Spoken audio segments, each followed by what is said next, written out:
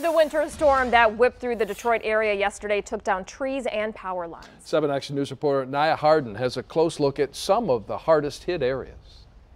I want you to take a look over here in Dearborn on Monroe and Homer. You can see how this tree came out of the root, crashed onto this car here, and several power lines.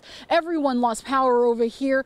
Most of it has been restored, but we are told that that medical center right over there is still closed for the day. It was such a heavy snow, I think it just was too much for it, so it's crazy.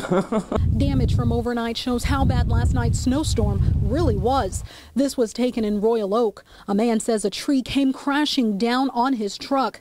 He wasn't the only one. Neighbors in Dearborn were in for a surprise on Homer and Monroe. Everything went off, the power went out, everything went off, and my husband was coming home from the store and went to turn into our driveway or our road, and he said, "Come outside and see what's going on." And I went out and I was like, oh my God, like there's a tree in the road. Even in Commerce Township near Newton and Richardson, the road was blocked off after a driver struck a utility pole and landed in a ditch. Neighbors are in shock.